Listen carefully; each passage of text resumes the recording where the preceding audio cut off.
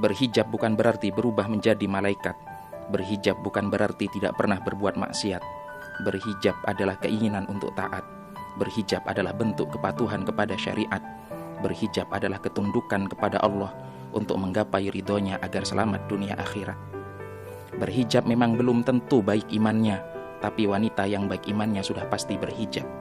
Berhijab bukan jaminan tidak pernah berbuat dosa, akan tetapi dengan berhijab sudah pasti mengurangi dosa.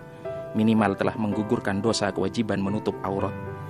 Jika ada seorang muslimah berhijab melakukan dosa, itu bukan karena salah hijabnya, melainkan karena akhlaknya. Hal itu tidak mengubah hukum wajibnya hijab. Kata Nabi, sesungguhnya apabila wanita sudah menstruasi, maka yang boleh dilihat darinya hanyalah ini dan ini saja.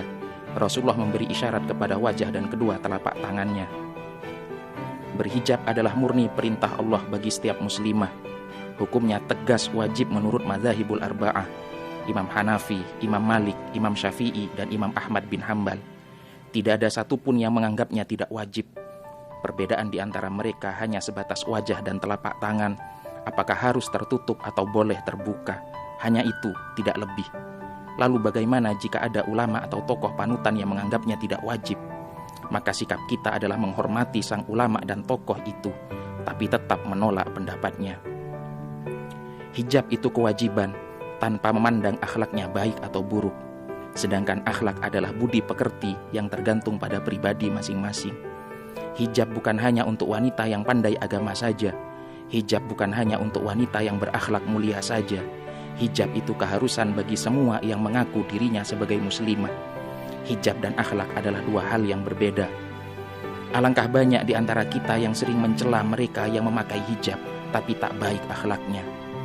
Hijab tak memberikan label suci kepada pemakainya. Tidak ada manusia selain para rasul yang bersih dari dosa. Tidak ada manusia selain para nabi yang lepas dari khilaf. Seringkali kita temukan orang yang mengatakan, berhijab kok kelakuannya bejat, berhijab kok hatinya busuk, berhijab kok aibnya banyak, berhijab kok pelakor. Mending aku gak pakai hijab tapi gak ngerebut suami orang. Aku sih yang penting hati dulu dihijabin, baru kemudian badannya, daripada pakai hijab tapi kelakuannya gak bener. Sekali lagi, hijab dan akhlak dua hal yang berbeda. Para muslimah, pakai hijabmu. Entah akhlak sudah baik atau masih gak karuan, mau dosanya segunung itu tetap kewajiban. Tidak ada alasan untuk tidak memakai hijab.